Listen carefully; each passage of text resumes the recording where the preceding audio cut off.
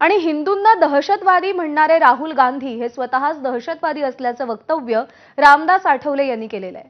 राहुल गांधींनी हिंदूंमध्ये फूट पाडण्याचं काम केल्याचं रामदास आठवले यांनी वक्तव्य केलंय।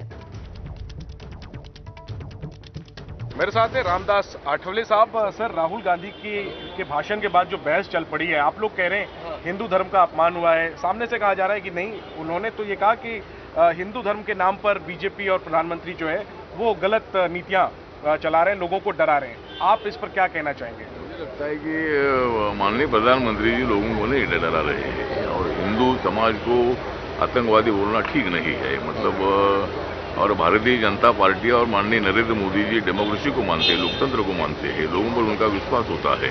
राहुल गांधी जी को बयान में और उनके आरोप में बिल्कुल तथ्य नहीं है और वो मतलब समाज में फूट डालने का काम कर रहे हैं।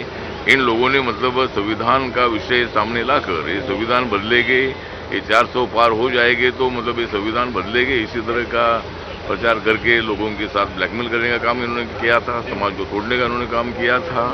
अभी हिंदू समाज को तोड़ने का काम ये कर रहे हैं। तो मुझे लगता है कि राहुल गांधी के जो भी बयान है उसका हम विरोध करते हैं और उन्होंने समाज में फूट डालना बंद करना चाहिए। आप ये कह रहे हैं कि राहुल गांधी ने हिंदुओं को आतंकवादी कहा, ये आपका आरोप है? हाँ, मुझे लगता है कि उन्होंने बोला है ना, हिंदू आतंकवादी है, बीजेपी वाले आतंकवादी है, इसी तरह की भूमिका रखी है। लेकिन राहुल गांधी और कांग्रेस पार्टी आतंकवादी है। मतलब उन्होंने